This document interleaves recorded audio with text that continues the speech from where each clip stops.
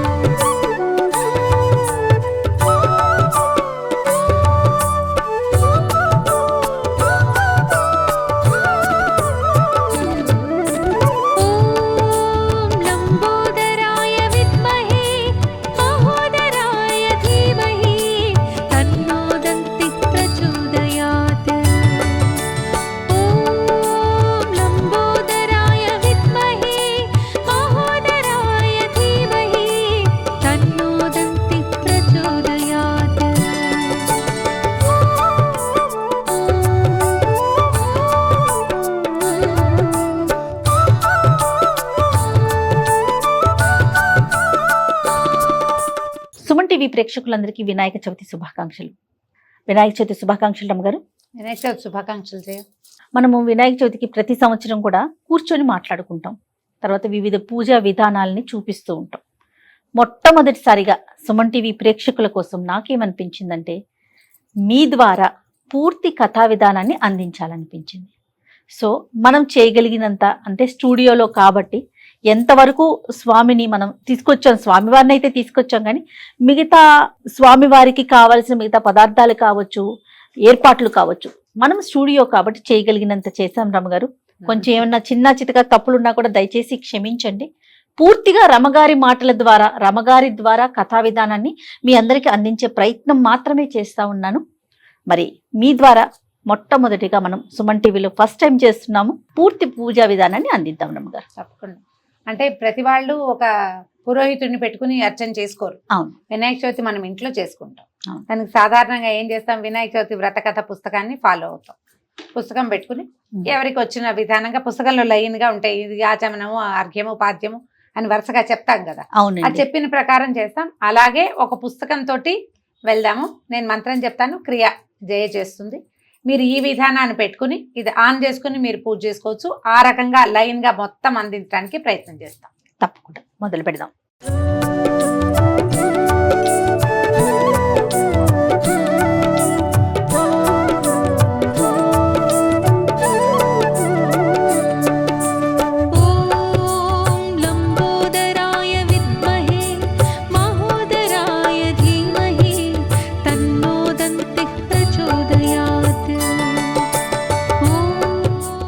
గణపతి ఆరాధన అనగానే మొట్టమొదట మనం వినాయకుడి కోసం మీరు మట్టి గణపతిని తెచ్చుకుంటారా, ఏదైనా విగ్రహం పెట్టుకుంటారా?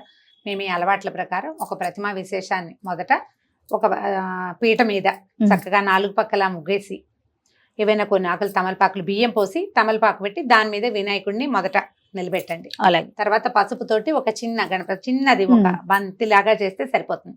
గుండ్రంగా ఒక పసుపు గణపతిని చేసి పెట్టుకోండి. పూజకు కావాల్సిన సామాన్లన్నీ పసుపు, కుంకుమ, అగరబత్తులు, కర్పూరము, అక్షతలు, గంధము, పువ్వులు. తర్వాత గణపతికి విశేషంగా పూజ చేసేది పత్రితోటి కాబట్టి పత్రి, గరిక ఇవన్నీ సిద్ధంగా పెట్టుకోండి. తర్వాత ఒక పాలవెల్లిని నిర్మిస్తే బాగుంటుంది. పాలవెల్లికి రకరకాల పువ్వులు, పళ్ళు, కాయలు ఏవైనా వేలాడదీసి ఒక గొడుగు బట్టి మనకి వినాయకుడిని ప్రతిమా విశేషాన్ని మొదట కూర్చోబెట్టుకోవాలి. ఇక్కడ పాలవెల్లి అందరికీ అలవాటు ప్రకారమే పెట్టుకుంటారు అమ్మగారు. అలవాటు ఉన్నవారు పెట్టుకుంటారు, లేని వారు లేరు. లేకపోయినా మీ అలవాటు లేకపోతే పాలవెల్లి లేకపోయినా ఒక వినాయకుడి ప్రతిమ, తర్వాత ఒక పసుపు వినాయకుడిని పెట్టుకోవటము. పుస్తకాన్ని ఫాలో అవుతూ తాపీగా మనం పూజ చేసేసుకోవచ్చు. తప్పకుండా. మొదట గణపతి ప్రార్థనతోటి మొదలు పెట్టుకుందాం. బియ్యం పోసి దాని మీద ప్రతిమని పెడితే విశేషం అనమాట. మనం పెద్ద ఆసనం వేయలేకపోయినా ధాన్యం మీద పెట్టినట్టు. ఇది వరకు నవధాన్యాలు పోసేవాళ్ళు, ఇప్పుడు మనకి బియ్యం అందుబాటులో ఉంటాయి కాబట్టి అవి పోసి దాని మీద పెట్టుకోవచ్చు. శుక్లాంబరధరం విష్ణుం శశివర్ణం చతుర్భుజం ప్రసన్నవదనం ధ్యాయేత్ సర్వ విఘ్నోపశాంతయే. అగజానన పద్మార్కం గజానన మహర్నిశం అనేకదంతం భక్తానాం ఏకదంతముపాస్మహే. ఖర్వం స్థూలతనుం గజేంద్రవదనం లంబోదరం సుందరం ప్రస్యందన్మధులుబ్ధమధుపవ్యాలోలగండస్థలం దంతాఘాత విదారితాం రుధిరై సింధూర శోభాకరం వందే శైలసుతాసుతం గణపతిం సిద్ధిప్రదం కామదం. బోలెడని తెలుగులో గణపతి ప్రార్థనలు ఉన్నాయి, ఒకటొకటి చెప్తాను, మీరు చదువుకోవచ్చు అలవాటు ఉన్నవాళ్ళు. తొండమునేక దంతమును తోరపు వజ్జయు వామహస్తమున్ మెండుగమ్రోయు గజ్జలును మెల్లను చూపులు మందహాసమున్ కొండకొగుజు రూపమున కోరిన విద్యలకెల్లనొజ్జయ్యుండెడి పార్వతీతనయ ఓయి గణాధిప నీకు మృక్కెదన్. తలచదనే గణనాథుని తలచదనే విఘ్నపతిని తలచిన పనిగా తలచతనే హేరంబుని తలచదనా విఘ్నములవి తొలగుట కొరకున్. అటుకులు కొబ్బరి పల్కులు చిటిబెల్లము నానుబ్రాలు చెరుకు రసంబున్ నిటలాక్షునగ్ర సుతునకు పటుతరమగ విందు చేసి ప్రార్థింతుమదిన్. గణేష్ పంచరత్న స్తోత్రం చేతొస్తే అలవాటు ఉంటే అది కూడా చదువుకోండి. కొద్దిగా బెల్లాన్ని సిద్ధంగా పెట్టుకోండి మనం నివేదన చేయటానికి. యశివో రామరూపాభ్యాం యాదేవి సర్వమంగళ తయో సంస్మరణాన్ నిత్యం సర్వతో జయమంగళం. లాభస్తేషాం జయస్తేషాం కుతస్తేషాం పరాభవః. ఏషామిందీవర్ష్యామో హృదయస్థో జనార్దనః. ఆపదామపహర్తారం దాతారం సర్వసంపదాం లోకాభిరామం శ్రీరామం భూయో భూయో నమామ్యహం. శ్రీలక్ష్మీనారాయణాభ్యాం నమః. ఉమామహేశ్వరాభ్యాం నమః. వాణీ హిరణ్యగర్భాభ్యాం నమః. శచీపురందరాభ్యాం నమః. అరుంధతి వశిష్టాభ్యాం నమః. శ్రీ సీతారామాభ్యాం నమః. సర్వేభ్యో మహాజనేభ్యో నమః. ఉత్తిష్టంతు భూతపిశాచాః ఏతే భూమిభారకాః ఏతేషామ విరోధేన బ్రహ్మకర్మ సమారభే. కొన్ని అక్షతలు వాసన చూసి మన ఎడం వైపుకి వేసుకోవాలి.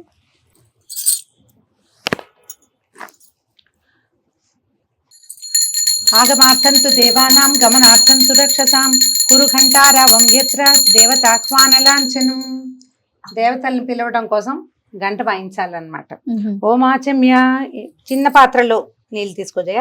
2 పాత్రలతోటి నీళ్లు పెట్టుకోండి. కలశం అని రాస్తారు పుస్తకంలో. మొదటి పాత్రలో ఒక పంచపాత్ర లేదా గ్లాసు దేనితోటైనా నీళ్ళు అట్టు పెట్టుకోవటం. దీంట్లో నుంచి మనం ఏం చేస్తాం, ఇది ఊరికే శాస్త్రానికి చేస్తాము. నీళ్ళు తీసుకోవటము, కేశవాయ స్వాహ చెప్పినప్పుడు 3 స్వాహాలకి 3 సార్లు నీళ్లు లోపలికి తీసుకోవాలి. 4వసారి చేయి కడుక్కుని ఏదైనా బట్టతోటి తుడుచుకోండి. తీసుకోజేయాలి నీళ్ళు. ఓం కేశవాయ స్వాహ లోపల తీసి. ఓం నారాయణాయ స్వాహ. ఓం మాధవాయ స్వాహ. 3 సార్లు నీళ్ళు లోపల తీసుకోండి. 4వసారి చేయి కడుక్కోండి. ఓం గోవిందాయ నమః. ఓం విష్ణవే నమః. ఓం మధుసూదనాయ నమః. ఓం త్రివిక్రమాయ నమః. ఓం వామనాయ నమః. ఓం శ్రీధరాయ నమః. ఓం ఋషికేశాయ నమః. ఓం పద్మనాభాయ నమః. ఓం దామోదరాయ నమః. ఓం సంకర్షణాయ నమః. ఓం వాసుదేవాయ నమః. ఓం ప్రద్యుమ్నాయ నమః. ఓం అనిరుద్ధాయ నమః. ఓం పురుషోత్తమాయ నమః. ఓం అధోక్షజాయ నమః. ఓం నారసింహాయ నమః. ఓం అచ్యుతాయ నమః. ఓం జనార్దనాయ నమః. ఓం భూపేంద్రాయ నమః. ఓం హరయే నమః. ఓం శ్రీకృష్ణాయ నమః. ఉత్తిష్టంతు భూత పిశాచాః. ఇప్పుడు కూడా చెప్పుకోవచ్చు.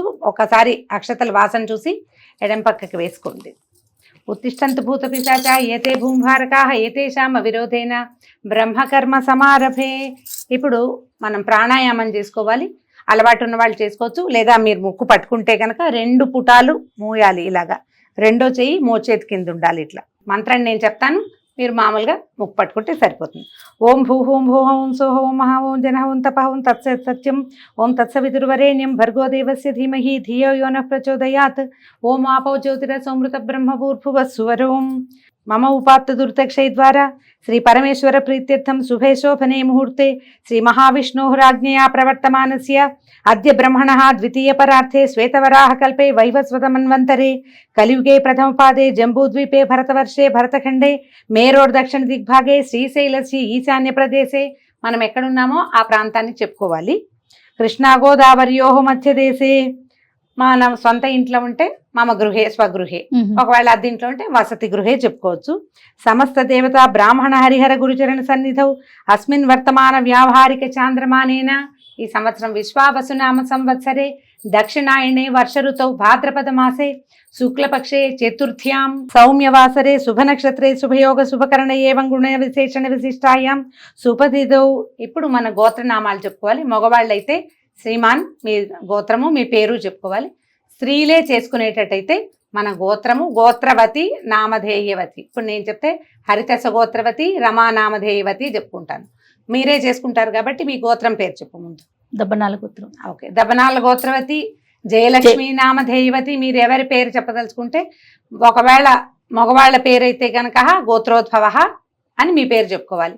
ఆడవాళ్ళైతే గోత్రవతి. గోత్రోద్భవం ఉండదు, స్త్రీలకి వివాహం అయ్యాక ఉద్భవం కాదు, మనం అందులో పుట్టలేదు, అందులోకి వెళ్ళాం కాబట్టి గోత్రవతి అని చెప్పుకోవాలి. ఇది మీరు ఏ సంకల్పం చెప్పుకునేటప్పుడైనా ఇదే విధానాన్ని వాడుకోవచ్చు. ఒక మగవాళ్ళైతే ధర్మపత్ని సమేతస్య చెప్పుకుంటారు, మనం ఆడవాళ్ళం కాబట్టి అక్కర్లేదు. మమ చెప్పుకో. మమ సహ కుటుంబస్య మమ ఉపాత్త దుర్తక్షయ ద్వారా శ్రీ పరమేశ్వర ప్రీత్యర్థం మమ సహ కుటుంబస్య క్షేమస్థైర్యధైర్య విజయాభయాయురారోగ్య ఐశ్వర్యాభివృద్ధ్యర్థం ధర్మార్థ కామ మోక్ష చతుర్విధ ఫల పురుషార్థ సిద్ధ్యర్థం పుత్ర పౌత్రాభివృద్ధ్యర్థం సకల కార్యేషు సర్వదా దిగ్విజయ సిద్ధ్యర్థం శ్రీ వరసిద్ధి వినాయక దేవతా పూజాం కరిష్యే. ఇది ఏటా చేసుకుంటాం కాబట్టి వర్షే వర్షే ప్రయుక్త వరసిద్ధి వినాయక పూజామహం కరిష్యే. నీళ్ళు ముట్టుకో. ఈ నీళ్ళు ముట్టుకునేటప్పుడు ఉంగరపు వేలు వాడుకోండి, అక్కడ అలా తగలాలన్నమాట. తదంగ కలసారాధనం కరిష్యే. ఇప్పటిదాకా మనం ఏ పాత్రలో నీళ్లు ఆచమనం చేసామో ముట్టుకున్నాం కదా, అది వదిలిపెట్టి రెండో ఒక పాత్రను పెట్టుకోండి. కలశం అనగానే సాధారణంగా ఒక చెంబు నిండా నీళ్లు, దాంట్లో ఒక కొబ్బరికాయ పెట్టాలని భావిస్తాం. ఆ కలశం పూజా కలశం వేరు. మనం దీనికి దేవుడికి వాడుకునే నీళ్ల కోసం ప్రత్యేక కలశారాధన చేసుకుంటాం. దీనికి ఏం చేయాలంటే కలశాన్ని పట్టుకుని దానికి కొంచెం గంధం రాయండి, కొద్దిగా బొట్టు పెట్టి అందులో అక్షతలు వేసి ఒక పువ్వు వేసి పెట్టుకుంటే దీన్ని ఈ కలశారాధన చేస్తాం. ఈ నీళ్లతోటే మనం మిగిలిన పూజా విధానాన్ని నడిపిస్తాం అన్నమాట. కుంకుమ పెట్టు, దాని కింద పెట్టి దాంట్లో ఒక పువ్వు లేదా ఇక తులసి దళం ఇక్కడ పెట్టాను చూడు, తులసి దళం వేసుకోవచ్చు లేదా ఒక పువ్వు, 2 అక్షింతలు అందులో వేయండి. దాని మీద చేయి పెట్టుకుంటే సరిపోతుంది. ఈ కలశారాధన చాలా ముఖ్యమైనది. మనం సంకల్పం చెప్పుకునే ప్రతిసారి ముందు తీసుకున్న నీళ్లు తీసుకున్న పాత్ర వేరు, పూజ కలశం వేరు, 2 పెట్టుకోవాలన్నమాట. కలశస్య ముఖే విష్ణు కంఠే రుద్ర సమాశ్రితః మూలే తత్ర స్థితో బ్రహ్మ మధ్యే మాతృగణా స్మృతాః కుక్షౌత సాగర సర్వే సప్తద్వీపా వసుంధర ఋగ్వేదోధ యజుర్వేద సామవేదో హ్యదర్వణః అంగైశ్చ సహితా సర్వే కలశాంబు సమాశ్రితాః ఆయాంతు శ్రీదేవ పూజార్థం దురితక్షయకారకాః. ఇందులో కలసే గంధ పుష్పాక్షతాన్ని నిక్షిప్య హస్తేనాచ్ఛాద్య అంటే చేత్తో మూసి నర్మదే సింధు కావేర్యో జలేస్మిన్ సన్నిధిం కురు. ఇప్పుడు ఫలశోధకైన దేవమాత్మానంచ సంప్రోక్ష్య పుస్తకంలో ఈ మంత్రం కనపడుతుంది. అందులో ఉన్న పువ్వు కానీ ఆకు కానీ అది తీసి ఆ నీళ్ళని దేవుడి మీద, మనం ప్రతిమ విశేషం ఎక్కడ పూజ చేస్తున్నామో వీరి మీద వారి మీద కూడా, తర్వాత ఆత్మానం, తర్వాత పూజా ద్రవ్యాన్ని వాటి మీద కూడా సంప్రోక్ష అంటే వీటిని మనం మంత్రపూతం చేసుకుంటున్నాం అన్నమాట. ఓకే, ఇప్పుడు ప్రాణ ప్రతిష్టాపన చేసుకోవాలి. మనం పసుపు గణపతిని చేసుకున్నాం కదండి, ఆయనని ఆ దాంతోటే ఆకుతోటే ఇట్లా కొద్దిగా అలా నుంచి ఒక తమలపాకు తీసుకున్నా పనికి వస్తుంది. గణానాం త్వా గణపతిగం హవామహే కవిం కవీమనాముపమస్తమస్తవం జ్యేష్ఠరాజం బ్రహ్మణస్పత ఆన శృణ్వన్నోతిభిः సీతసాదనం మహాగణాధిపతిం ఆవాహయామి. ప్రాణ ప్రతిష్టాపన ముహూర్త సుముహూర్తోస్తు. 2 అక్షతలు ఒక పువ్వు పెట్టు. శ్రీ మహాగణాధిపతిం సాంగం సాయుధం సవాహనం సశక్తిం పత్నీపుత్ర పరివార సమేతం శ్రీ మహాగణాధిపతిం ఆవాహయామి స్థాపయామి పూజయామి. స్థిరో భవ వరదో భవ సుప్రసన్నో భవ స్థిరాసనం కురు.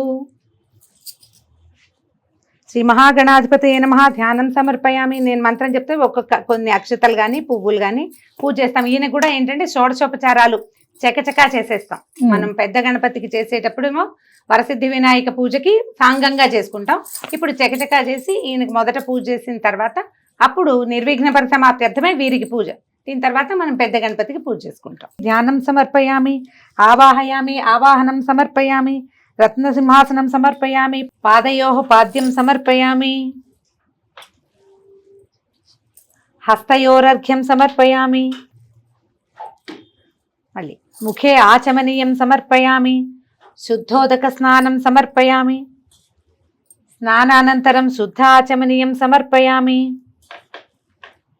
వస్త్రాన్ని సమర్పయామి. వస్త్రాలకి మీరు పువ్వులు కానీ అక్షతలు కానీ వేయచ్చు. వస్త్రార్థం పుష్పాన్ని సమర్పయామి, యజ్ఞోపవీతార్థం హరిద్రాక్షతాన్ని సమర్పయామి. యజ్ఞోపవీతం కోసం అక్షతలు వేసుకోవచ్చు. గంధాన్ ధారయామి, ఒక పుష్పాన్ని గంధంలో కొద్దిగా ముంచి అది సమర్పించు. గంధస్యోపరి అలంకరణార్థం అక్షతాన్ సమర్పయామి, అక్షత ఉంచండి. పుష్పై పూజయామి, పువ్వుల దగ్గర పెట్టుకోజే. నామాలు చెప్తాను చకచక. ఓం సుముఖాయ నమః, ఓం ఏకదంతాయ నమః, ఓం కపిలాయ నమః, ఓం గజకర్ణికాయ నమః, ఓం లంబోదరాయ నమః, ఓం వికటాయ నమః, ఓం విఘ్నరాజాయ నమః, ఓం గణాధిపాయ నమః, ఓం ధూమకేతవే నమః, ఓం గణాధ్యక్షాయ నమః, ఓం ఫాలచంద్రాయ నమః, ఓం గజాననాయ నమః, ఓం వక్రతుండాయ నమః, ఓం శూర్పకర్ణాయ నమః, ఓం హేరంబాయ నమః, ఓం స్కందపూర్వజాయ నమః, ఓం సర్వసిద్ధిప్రదాయకాయ నమః, ఓం శ్రీ మహాగణాధిపతయే నమః. నానావిధ పరిమళ పత్ర పుష్పాన్ని సమర్పయామి. ధూపమా ఓం గజాననాయ నమః, ధూపమాఘ్రాపయామి. అగరబత్తి వెలిగించి ధూపం చూపించి ధూపమాఘ్రాపయామి. శ్రీమన్ మహాగణాధిపతే నమః, సాక్షాత్ దీపం దర్శయామి. మనం ఆల్రెడీ దీపారాధన చేశాం కదా, స్వామికి ఒకసారి దీపారాధనని చూపిస్తే ధూపదీపానంతరం శుద్ధాచమనీయం సమర్పయామి. ధూపము దీపము ఎప్పుడు చూపించినా ఒక్కసారి నీళ్లు చూపించి వదిలిపెట్టాలి. నైవేద్యం సమర్పయామి. మనం రెడీగా పెట్టుకున్న బెల్ల ముక్క మీద కొంచెం నీళ్లు చల్లి నివేదన చేసేయాలి. పువ్వుతో కానీ తులసి దళంతో కానీ కొద్దిగా నీళ్లు చల్లి ఒకసారి ఇట్లా గుండ్రంగా తిప్పి చాలు. ఇప్పుడు చూపించు. ఊర్వసవతత్సవితుర్వరేణ్యం భర్గో దేవస్య ధీమహి ధియో యో నః ప్రచోదయాత్. తత్వం తత్వేన పరిచించామి. శ్రీ మహాగణాధిపతయే నమః. అవసరార్థం గుడోపహారం నివేదయామి. అమృతమస్తు. అమృతోపస్తరణమసి. ఓం ప్రాణాయ స్వాహ, ఓం పానాయ స్వాహ, సమానాయ స్వాహ, వ్యానాయ స్వాహ, ఉదానాయ స్వాహ. మధ్యే మధ్యే ఉదకపానీయం సమర్పయామి. మధ్య మధ్యలో కొంచెం నీళ్ళు జల్లాలి. హస్తౌ ప్రక్షాళయామి, పాదౌ ప్రక్షాళయామి, ముఖే పునరాచమనీయం సమర్పయామి. తాంబూలం సమర్పయామి. ఇప్పుడు ఒక తాంబూలాన్ని, అవసర తాంబూలం కాబట్టి తమలపాకులు ఉంటే సరి, లేకపోతే కొన్ని అక్షతలు స్వామివారి పాదాల చెంత ఉంచితే సరిపోతుంది. 2 తమలపాకులు, కొంచెం ఒక వక్క లేదా 2 వక్కలు స్వామివారికి సమర్పించాలి. కర్పూర ఆనంద దివ్యమంగళ నీరాజనం దర్శయామి. వీటి తర్వాత నీరాజనం ఇచ్చేయాలి. కర్పూరం.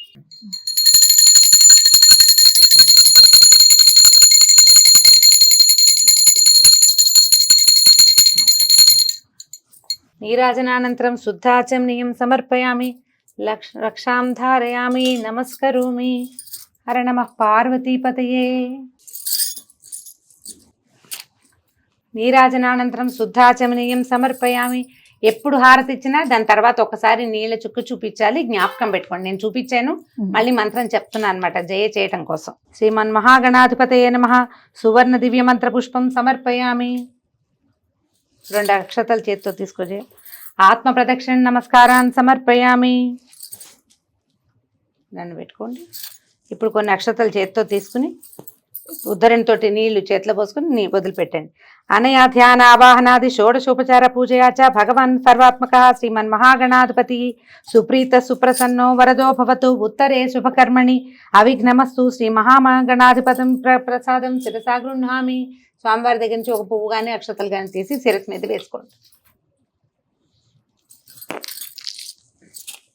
ఇప్పుడు ఈ హరిద్రా గణపతి పూజ చేసుకున్నాం కదా, పసుపు వినాయకుడికి ఈయనకు ఒక మంత్రం చెప్పి వీరిని పక్కకి తొలగించేస్తాం అనమాట. పట్టుకో. ఓం యజ్ఞేన యజ్ఞమైజంత దేవా స్థాని ధర్మాణి ప్రథమాన్యాసన్ దేహనాకం మహిమానః సజంతే యత్ర పూర్వే సాధ్యాత్ సంతి దేవాః. హరిద్రా గణపతిం యథాస్థానం ప్రవేశయామి శోభనాయ పునరాగమనాయ చ. స్వామివారిని కొంచెం తీసి విడిగా పెట్టుకోవచ్చు. మన పూజా మందిరంలో దిక్కులు అవి సరిగా ఉంటే ఈశాన్య దిగ్భాగంలోకి వీరిని జరిపేస్తే సరిపోతుంది. దీని తర్వాత నుంచి మనం గణపతి పూజ మనం మామూలుగా పెద్ద గణపతికి పూజ చేసుకుంటాం. మంత్రాలు లైన్గా చెప్పుకోవటం. ఇందాక షోడశోపచారాలు ఏవి హరిద్రా గణపతికి చేసామో అవే మరింత ఎక్కువ శ్లోకాలు మంత్రంతో చెప్పుకుంటాం అన్నమాట. ఇంకా మట్టి గణపతిని పెట్టేసుకొని మొదలు పెట్టొచ్చు. గణపతిని పెట్టుకోవటం. మీరు పంచామృత అభిషేకం చేయదలుచుకుంటే అభిషేకానికి ఒక ప్రత్యేకమైన పాత్ర. మట్టి గణపతి మీద మనం పంచామృతాలు అవి పోయలేం, అందుకని శుద్ధోదక స్నానం మాత్రమే చెప్తాం. పంచామృతాలు కూడా చేయాలి అనుకుంటే ఏదైనా చిన్న ప్రతిమ విశేషాన్ని, చిన్న వినాయకుడి ప్రతిమను లేదా ఒక నాణ్యాన్నో వినాయకుడిగా భావించి వారికి చేసుకోవచ్చు. మట్టి గణపతికి అయితే మనం పాలు నీళ్లు అన్ని చేయడానికి అవకాశం లేదు కదా. మనం ఇంట్లో చేసుకునేటప్పుడు శుద్ధోదక స్నానంతో సరిపోతుంది. పంచామృతాలతో ఊరికే ఒకసారి ఇట్లా చిలకరించటమే. కలిపి పెట్టుకోండి పంచామృతాలు. ఇంత చెంబు కలపకుండా కొద్దిగా కలుపుకొని ఒకసారి శాస్త్రానికి మాత్రం వేసి మంత్రం చెప్పుకుంటే సరిపోతుంది. అవును.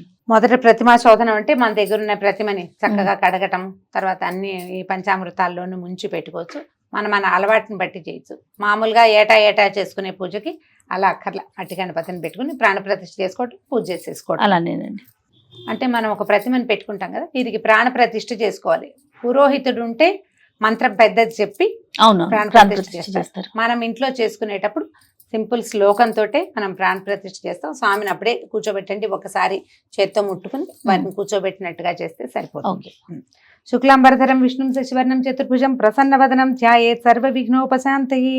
వరసిద్ధ వినాయక స్వామినే నమః. స్వామిన్ సర్వజగన్నాథ యావత్ పూజావసానకం తావత్వం ప్రీతిభావేన బింబేస్మిన్ సన్నిధిం కురు. స్థిరో భవ వరదో భవ సుప్రసన్నో భవ స్థిరాసనం కురు.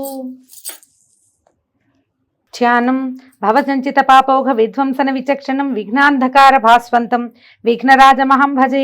ఏకదంతం శూర్పకర్ణం గజవక్త్రం చతుర్భుజం పాశాంకుశధరం దేవం ధ్యాయేత్ సిద్ధి వినాయకం.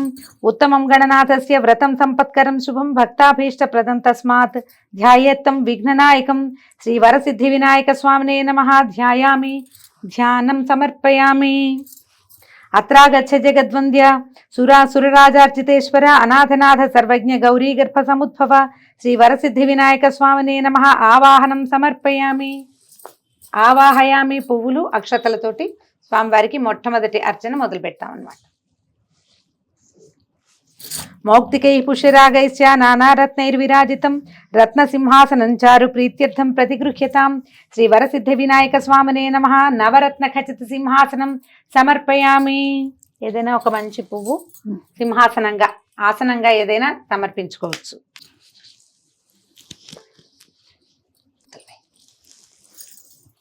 నవరత్న ఖచిత సింహాసనం సమర్పయామి. గజవక్త్ర నమస్తేస్తు సర్వాభీష్టప్రదాయక భక్త్యాపాద్యం మయా దత్తం గృహాణద్విరదానన శ్రీ వరసిద్ధి వినాయక స్వామినే నమః. పాదయోః పాద్యం సమర్పయామి. చూపించి మొదలుపెట్టాలి. గౌరీపుత్ర నమస్తేస్తు శంకర ప్రియనందన గృహాణార్ఘ్యం మయా దత్తం గంధపుష్పాక్షతైర్యుతం శ్రీ వరసిద్ధి వినాయక స్వామినే నమః. హస్తయోః అర్ఘ్యం సమర్పయామి. మళ్ళీ ఒకసారి నీళ్లు చూపించి వదిలిపెట్టండి. అనాథనాథ సర్వజ్ఞ గీర్వాణ పరిపూజిత గృహాణాచమనం దేవా తుభ్యం దత్తం మయా ప్రభో శ్రీ వరసిద్ధి వినాయక స్వామినే నమః. ముఖే శుద్ధ ఆచమనీయం సమర్పయామి. మళ్ళీ ఇంకొకసారి నీళ్లు వదిలిపెట్టాలి. దధి క్షీర సమాయుక్తం మధ్యాజ్యేన సమన్వితం మధుపర్కం గృహాణేదం గజవక్త్ర నమోస్తుతే శ్రీ వరసిద్ధి వినాయక స్వామినే నమః. మధుపర్కం సమర్పయామి. తేనె పెరుగు కొద్దిగా కొంచెం కలిపి అది స్వామివారికి సమర్పించాలి. పుష్పం మధుపర్కార్థం పుష్పం సమర్పయామి. మనం అది రెడీగా ఉంచుకుంటే అది ఇవ్వచ్చు, లేదంటే ఒక పువ్వుని సమర్పించి నమస్కారం చేసుకోవచ్చు. స్నానం పంచామృతైర్దేవ గృహాణ గణనాయక పయోదధి ఘృతైర్యుక్తం శర్కరా మధు సంయుతం శ్రీ వరసిద్ధి వినాయక స్వామినే నమః. పంచామృత స్నానం సమర్పయామి. ఒక పువ్వుతోటి నీళ్ళు చిలికి స్వామివారి మీద పంచామృతాలు సిద్ధంగా ఉంటే పంచామృతాల్లో కొద్దిగా అట్లా పుష్పం ఉంచి తులసి దళం ఉంచితే చాలా విశేషం. తులసి దళం ఉంచి చిలకరించటమే. మట్టి ప్రతిమ కాబట్టి మన దగ్గర ఉన్నది. గంగాది సర్వతీర్థేభ్య అమృతైర్జలైర్జలై స్నానం కురుష్వ భగవాన్ ఉమాపుత్ర నమోస్తుతే శ్రీ వరసిద్ధి వినాయక స్వామినే నమః. శుద్ధోదక స్నానం సమర్పయామి. ఇప్పుడు మంచినీళ్లతోటి ఇంకొకసారి స్నాన సమర్పణ చేస్తాం అన్నమాట. స్వామివారి మీద చిలకరించి స్నానానంతరం శుద్ధాచమనీయం సమర్పయామి. స్నానం అయిన తర్వాత మళ్ళీ ఒకసారి నీళ్ళు ఇవ్వాలన్నమాట. రక్తవస్త్రద్వయం చారు దేవయోగ్యం చ మంగళం శుభప్రదం గృహాణత్వం లంబోదర హరాత్మజా శ్రీ వరసిద్ధి వినాయక స్వామినే నమః. వస్త్రయుగ్మం సమర్పయామి. వస్త్రయుగ్మార్థం పుష్పాన్ని సమర్పయామి. వస్త్రయుగ్మం అంటే బట్టల జత. పంచాఉత్తరయము మనం అట్టి పెట్టుకుంటే స్వామివారికి సమర్పించవచ్చు. లేకపోతే 2 పువ్వులు, ఒకటి ఇవ్వకూడదు, 2 ఇవ్వాలి.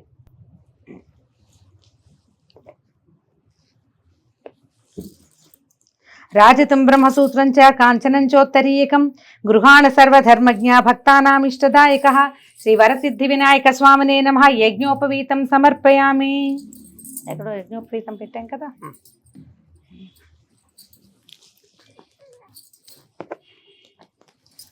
పత్తితోటి కొంచెం యజ్ఞోపవీతం చేసుకోండి, లేదా దారాలు కూడా మనం పువ్వులు కట్టే దారం ఉంటుంది కదా, దాంతో ఒక 3 దారాలు అట్లా చేసి చిన్న ముడి వేసి కూడా మనం పసుపు రాసి సమర్పించవచ్చు. చందనాగర్ కర్పూర కస్తూరి కుంకుమాన్వితం విలేపనం సురశ్రేష్ఠ ప్రీత్యర్థం ప్రతిగృహ్యతాం శ్రీ వరసిద్ధి వినాయక స్వామినే నమః దివ్య శ్రీ చందనం సమర్పయామి. ఒక పుష్పాన్ని చందనంలో ముంచి స్వామివారికి సమర్పించాలి.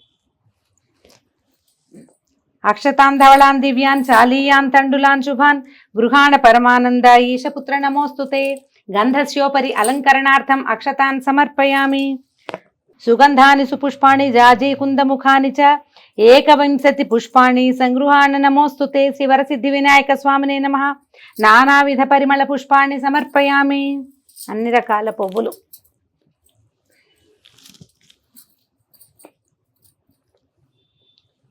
పువ్వులు కానీ అక్షతలతో కానీ అర్చన చేసుకోవచ్చు. ఏది వెసులుబాటుగా ఉంటే దాంతో. ఓం గణేశాయ నమః పాదౌ పూజయామి. ఓం ఏకదంతాయ నమః గుల్ఫౌ పూజయామి. ఓం శూర్పకర్ణాయ నమః జానుని పూజయామి. ఓం విఘ్నరాజాయ నమః జంఘే పూజయామి. ఓం అఖువాహనాయ నమః ఊరు పూజయామి. ఓం హేరంబాయ నమః కటిం పూజయామి. ఓం లంబోదరాయ నమః ఉదరం పూజయామి. ఓం గణేశాయ నమః నాభిం పూజయామి. ఓం గణనాథాయ నమః హృదయం పూజయామి. ఓం స్థూలకంఠాయ నమః కంఠం పూజయామి. ఓం స్కందాగ్రజాయ నమః స్కంధౌ పూజయామి. ఓం పాశహస్తాయ నమః హస్తౌ పూజయామి. ఓం గజవక్త్రాయ నమః వక్త్రం పూజయామి. ఓం విఘ్నహంత్రే నమః నేత్రౌ పూజయామి. ఓం శూర్పకర్ణాయ నమః కర్ణౌ పూజయామి. ఓం ఫాలచంద్రాయ నమః లలాటం పూజయామి. ఓం సర్వేశ్వరాయ నమః శిరః పూజయామి. ఓం విఘ్నరాజాయ నమః సర్వాణ్యంగాని పూజయామి. ఇప్పుడు ఏకవింశతి పత్ర పూజ. మన పత్రాలకి నామధేయాలు చెప్పుకుందాము. ఒకవేళ అన్ని పత్రాలు మీ దగ్గర లెక్కగా ఉంటే పత్రాలు సమర్పించవచ్చు. అథ ఏకవింశతి పత్ర పూజ. ఓం సుముఖాయ నమః మాచీపత్రం సమర్పయామి. ఓం సుముఖాయ నమః మాచీపత్రం సమర్పయామి. ఓం గణాధిపాయ నమః బృహతీపత్రం సమర్పయామి. ఓం ఉమాపుత్రాయ నమః బిల్వపత్రం సమర్పయామి. ఓం గజాననాయ నమః దూర్వాయుగ్మం సమర్పయామి. ఓం హరసూనవే నమః దతూరపత్రం సమర్పయామి. ఓం లంబోదరాయ నమః బదరీపత్రం సమర్పయామి. ఓం గుహాగ్రజాయ నమః అపామార్గపత్రం సమర్పయామి. ఓం గజకర్ణాయ నమః తులసీపత్రం సమర్పయామి. ఓం ఏకదంతాయ నమః చూతపత్రం సమర్పయామి. ఓం వికటాయ నమః కరవీరపత్రం సమర్పయామి. ఓం భిన్నదంతాయ నమః విష్ణుక్రాంతపత్రం సమర్పయామి. ఓం వటవే నమః దాడిమీపత్రం సమర్పయామి. ఓం సర్వేశ్వరాయ నమః దేవదారుపత్రం సమర్పయామి. ఓం ఫాలచంద్రాయ నమః మరువకపత్రం సమర్పయామి. ఓం హేరంబాయ నమః సింధువారపత్రం సమర్పయామి. ఓం శూర్పకర్ణాయ నమః జాజీపత్రం సమర్పయామి. ఓం సురాగ్రజాయ నమః గండకీపత్రం సమర్పయామి. ఓం విభవక్త్రాయ నమః శమీపత్రం సమర్పయామి. ఓం వినాయకాయ నమః అశ్వత్థపత్రం సమర్పయామి. ఓం సురసేవితాయ నమః అర్జునపత్రం సమర్పయామి. ఓం కపిలాయ నమః అర్కపత్రం సమర్పయామి. ఓం శ్రీ గణేశ్వరాయ నమః ఏకవింశతి పత్రాన్ని సమర్పయామి. అథ అష్టోత్తర శతనామ పూజ. అష్టోత్తరం చదువుకుందాము. అర్చన చేయగలిగి పువ్వులుంటే ఒక్కొక్క నామానికి అర్చన చేసుకోవచ్చు.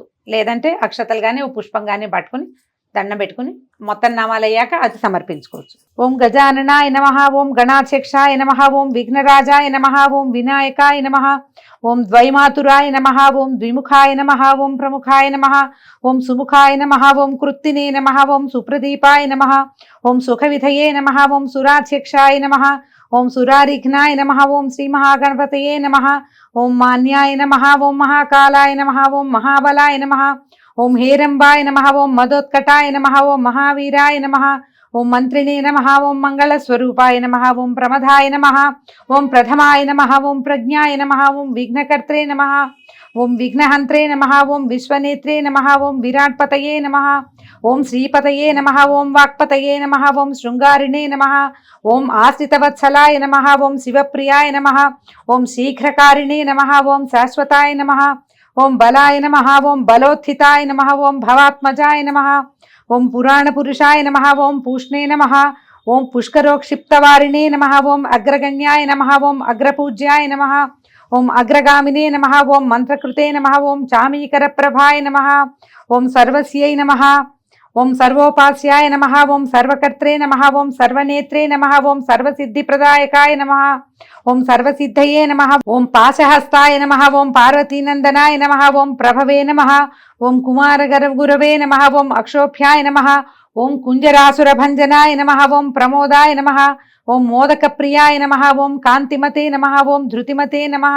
ఓం కామినే నమః. ఓం కపిత్తపనసప్రియాయ నమః. ఓం బ్రహ్మచారిణే నమః. ఓం బ్రహ్మరూపిణే నమః. ఓం బ్రహ్మ విద్యాదిధాన భువే నమః. ఓం జిష్ణవే నమః. ఓం విష్ణుప్రియాయ నమః. ఓం భక్తజీవితాయ నమః. ఓం జితమన్మథాయ నమః. ఓం ఐశ్వర్యకారణాయ నమః. ఓం జాయసే నమః. ఓం యక్షకిన్నర సేవితాయ నమః. ఓం గంగాసుతాయ నమః. ఓం గణాధీశాయ నమః. ఓం గంభీర నినదాయ నమః. ఓం వటవే నమః. ఓం అభీష్టవరదాయ నమః. ఓం జ్యోతిషే నమః. ఓం భక్తనిధయే నమః. ఓం భావగమ్యాయ నమః. ఓం మంగళప్రదాయ నమః. ఓం అవ్యక్తాయ నమః. ఓం అప్రాకృత పరాక్రమాయ నమః. ఓం సత్యధర్మిణే నమః. ఓం సఖ్యై నమః. ఓం దివ్యాంగాయ నమః. ఓం సరసాంబునిధయే నమః. ఓం మహేశాయ నమః. ఓం దివ్యాంగాయ నమః. ఓం మణికింకిణీ మేఖలాయ నమః. ఓం సమస్త దేవతామూర్తయే నమః. ఓం సహిష్ణవే నమః. ఓం సతతోత్థితాయ నమః. ఓం విఘాతకారిణే నమః. ఓం విశ్వదృశే నమః. ఓం విశ్వరక్షాకృతే నమః. ఓం కళ్యాణగురవే నమః. ఓం ఉన్మత్తవేషాయ నమః. ఓం వరజితే నమః. ఓం సమస్త జగదాధారాయ నమః. ఓం సర్వైశ్వర్యప్రదాయ నమః. ఓం అక్రాంత చితచిత్ప్రభవే నమః. ఓం శ్రీ విఘ్నేశ్వరాయ నమః. ఓం శ్రీ వరసిద్ధి వినాయక స్వామినే నమః. ఇది అష్టోత్తర శతనామ పూజాం సమర్పయామి. ఈ చేతిలో పట్టుకున్న పువ్వులో అక్షతలో స్వామివారికి సమర్పించేయండి. అథ దూర్వాయుగ్మ పూజ. ఇప్పుడు మన దగ్గర గరిక ఉంటే ఒక్కొక్క నామానికి రెండు గరిక పూసల చొప్పున స్వామివారికి సమర్పించాలి. దూర్వాయుగ్మ పూజే వినాయకుడికి చాలా విశేషమైందని చెప్తారు. సాధ్యమైనంత ఇది ప్రయత్నం చేసుకోండి. దీనికోసం ఆయనకి చాలా ఇష్టమైంది కదా రమ్మగారు. దూర్వాయుగ్మ పూజ మంచిది. అథ దూర్వాయుగ్మ పూజ. ఓం గణాధిపాయ నమః. దూర్వాయుగ్మం సమర్పయామి. ఓం ఉమాపుత్రాయ నమః. దూర్వాయుగ్మం సమర్పయామి. ఓం అఖువాహనాయ నమః. దూర్వాయుగ్మం సమర్పయామి. ఓం విఘ్న వినాశకాయ నమః. దూర్వాయుగ్మం సమర్పయామి.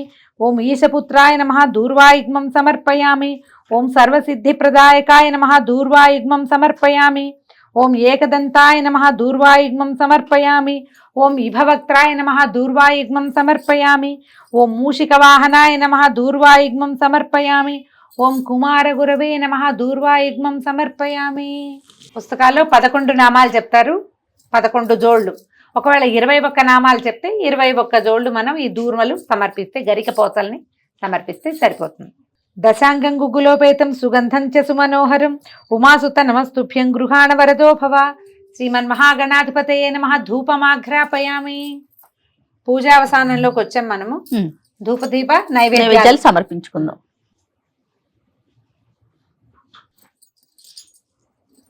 సాధ్యం త్రివర్తి సంయుక్తం వన్హినాం యోజితం మయా గృహాణ మంగళం దీపం. ఈశపుత్ర నమోస్తుతే. శ్రీమన్మహాగణాధిపతయే నమః. సాక్షాత్ దీపం దర్శయామి. ధూపదీపానంతరం శుద్ధ ఆచమనీయం సమర్పయామి. కొద్దిగా నీళ్ళు వదిలిపెట్టండి. సుగంధాన్ సుకృతాన్ సేవ మోదకాన్ కృతపాచితాన్ నైవేద్యం గృహ్యతాన్ దేవ చణముద్గై ప్రకల్పితాం భక్ష్యభోజ్యం చ లేఖ్యం చ చోష్యం పానీయమేవ చ ఇదం గృహాణ నైవేద్యం మయా దత్తం వినాయక. శ్రీమన్మహాగణాధిపతయే నమః. నైవేద్యం సమర్పయామి. మనం ఏమేమి నైవేద్యాలు చేసుకున్నామో అవన్నీ కూడా గణపతి ముందు అంటే ఉంచి, తర్వాత ఒక కొబ్బరికాయ కొట్టి కొబ్బరి చిప్పలు, తర్వాత పసుపు పువ్వులు, అవి ఏమైనా పళ్ళు గిళ్ళు ఉంటే పువ్వులు పసుపు కుంకాలు పక్కకి జరిపేసేయండి. పళ్ళు అవన్నీ పెట్టండి. దీనికి పాత్ర పెట్టేటప్పుడు ఏంటంటే స్థలశుద్ధి చేసి, ఒకసారి స్టూడియో కాబట్టి మేము చేయట్లేదు, మొదట ఏం చేయాలంటే నీళ్ళు జల్లి ఒకసారి తుడిచి అక్కడ బియ్యపిండితోటి చిన్న ముగ్గు లాంటిది వేసి దాని మీద మనం వండిన పదార్థాలని, ప్రసాదాలు, నైవేద్యాలు ఏవేవైతే మనం నివేదన చేయదలుచుకున్నామో వండిన పదార్థాలు దాని మీద పెట్టడం. పళ్ళు అవన్నీ కొబ్బరి చిప్పలు చుట్టూతా చక్కగా సాంగంగా పెట్టి ఇప్పుడు మంత్రం చెప్పుకోవాలి. నీళ్ళు జల్లాలి మొదట.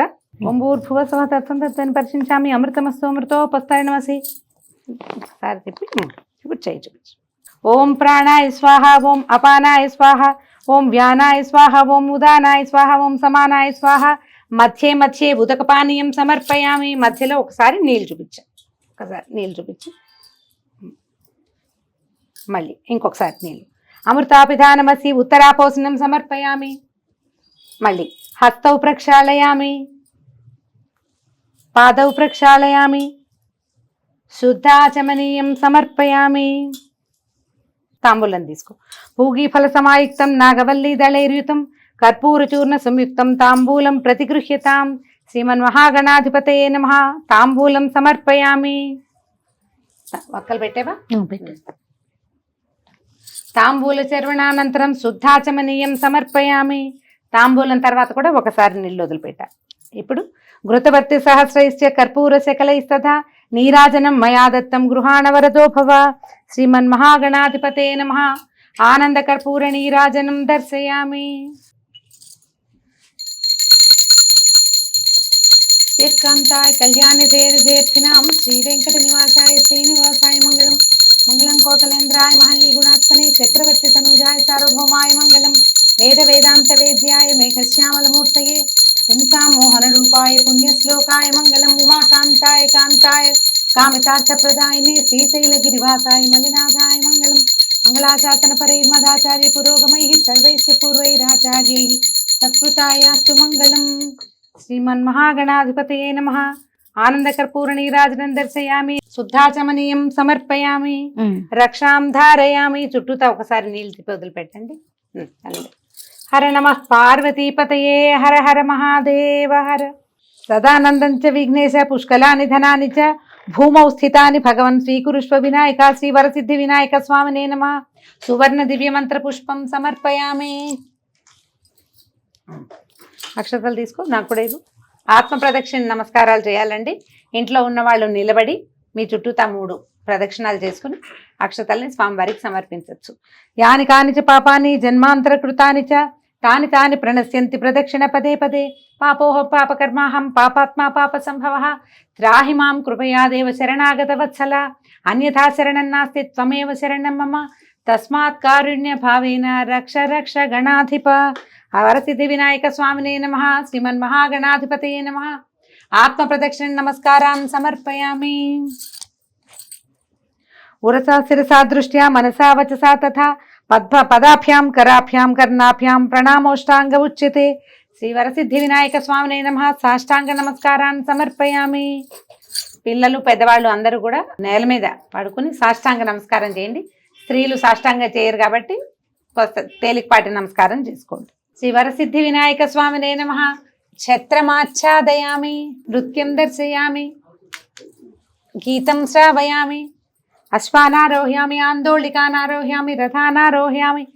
అశ్వానారోహ్యామి. రథానారోహయామి. గజానారోహయామి. సమస్త రాజోపచార శక్త్యోపచార దివ్యోపచార నానావిధ ఉపచారాన్ సమర్పయామి. యస్య స్మృత్యార్చనా మోక్త్యా తపపూజా క్రియాదిషు న్యూనం సంపూర్ణతాం యాతి సద్యో వందే తమచ్యుతం. మంత్రహీనం క్రియాహీనం భక్తిహీనం గణాయ గణనాయక విపూజితం మయా దేవ పరిపూర్ణం తదస్తుతే. అనయా ధ్యాన ఆవాహనాది షోడశోపచార పూజయా చ భగవాన్ సర్వాత్మకః శ్రీమన్మహాగణాధిపతి దేవత సుప్రీత సుప్రసన్నా వరదో భవతు. అక్షతలు నీళ్లతోటి వదిలిపెట్టు. నేను వేస్తాను నీళ్ళు. దండం పెట్టుకో. ఒక పువ్వు పట్టుకుని. అపరాధ సహస్రాణి క్రియంతే అహర్నిశం మయా దాసోయమితి మాం మత్వా క్షమస్వ పరమేశ్వర. ఆవాహనం న జానామి విసర్జనం పూజా విధిం న జానామి క్షమస్వ పరమేశ్వర. స్వామిన్ సర్వాపరాధాన్ క్షమస్వ. శ్రీ వరసిద్ధి వినాయక దేవతా ప్రసాదం శిరసా గృహామి. ఈ పువ్వు పెట్టడం ఇంకొక పువ్వు తీసుకుని స్వామివారి దగ్గర నుంచి నమస్కారం చేసుకోండి. అవకాశం ఉంటే తలలో పెట్టుకోండి. తల గనక ఒకవేళ ముట్టుకుంటే కొద్దిగా నీళ్లతోటి ఆ చెయ్యి కడుక్కోండి. అథ కథా ప్రారంభ. పుస్తకం ప్రకారం తాపీగా గ్రాంధికంలో ఉన్న పుస్తకం కథ చదువుకోవచ్చు. మనం కథ చెప్దాము. పిల్లలు కూడా సులువుగా వినేస్తారు. తప్పకుండా. అయితే మనకి ఎక్కడెక్కడ అధ్యాయాలు మారుతాయో అవి ఒక చోట చూసుకుని కథ నేను చెప్తా.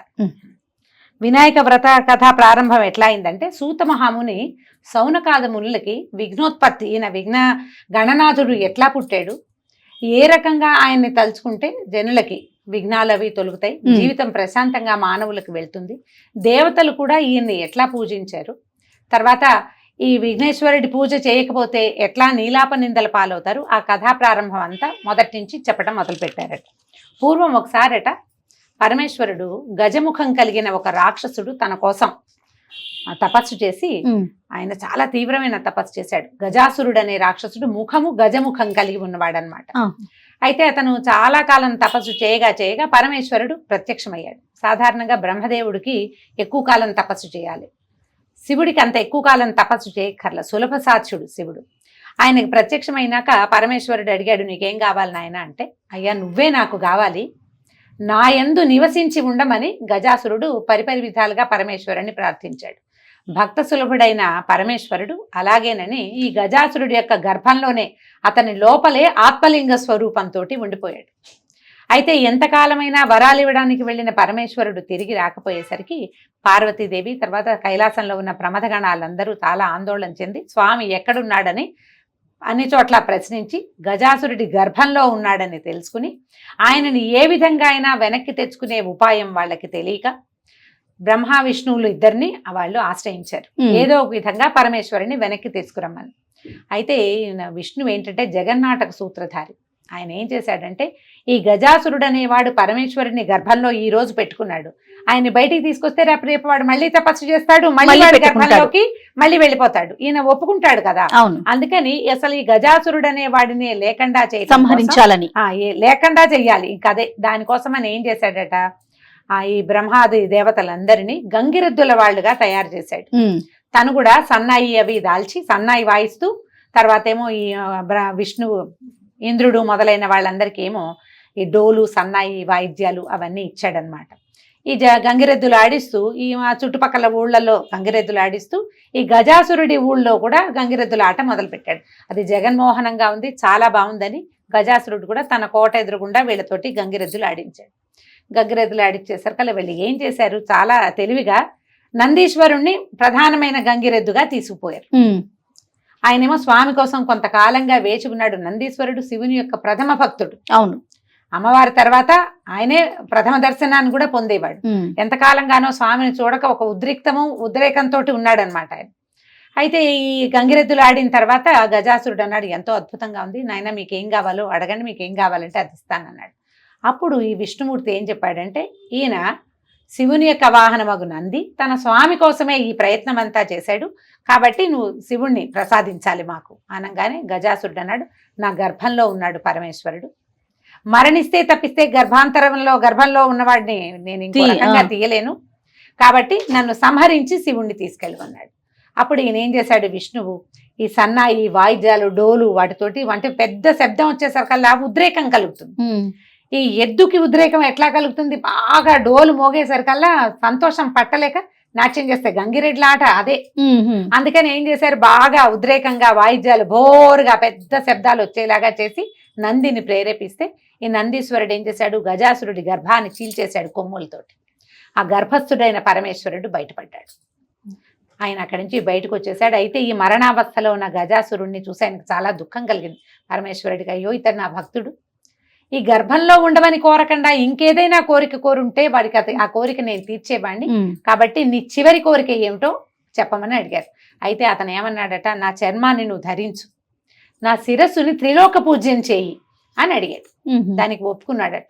గజ ముఖమును త్రిలోక పూజ్యము చేయుట, ఈ పాయింట్కి ఒప్పుకున్నారు. ఒప్పుకుని ఆ గజాసురుణ్ణి వదిలిపెట్టి పరమేశ్వరుడు ఇంటి దారి పెట్టాడు. ఎప్పుడైతే ఈ ప్రమథగణాలు తెలుసుకునే స్వామి తిరిగి వచ్చేస్తున్నాడని పార్వతీదేవికి కబురు చేశారు.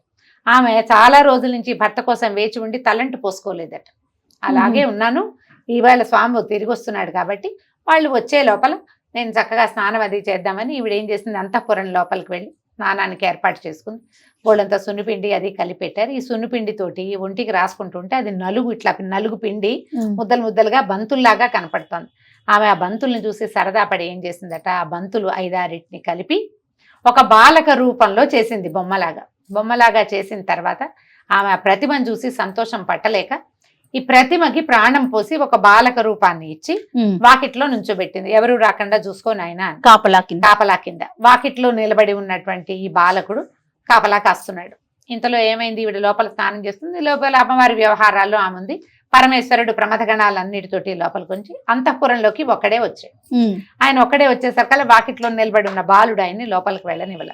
పరమేశ్వరుడు కొంచెం ఉగ్రత చెంది, చాలా కాలం అయిపోయింది అమ్మవారిని చూసి, పార్వతీదేవిని చూసి చాలా రోజులైంది, ఆయన ఎప్పటి నుంచో గజాసుర గర్భంలో ఉన్నాడు కదా, ఈ వాకిట్లో ఉన్న బాలుడిని త్రిశూలంతో అతని మెడని ఛేదించేసి ఆయన లోపలికి వెళ్ళిపోయాడు. లోపల పార్వతీదేవి అలంకారం అది చేసుకుంటుంది. భార్యాభర్తలు ఇద్దరు చాలా కాలం తర్వాత కలుసుకోవడంతో కుశల ప్రశ్నలు, రకరకాల ప్రశ్నలు, కబుర్లలో చాలాసేపటికి ఈ వాకిట్లో ఉన్న బాలుడి ప్రస్తావన వచ్చింది.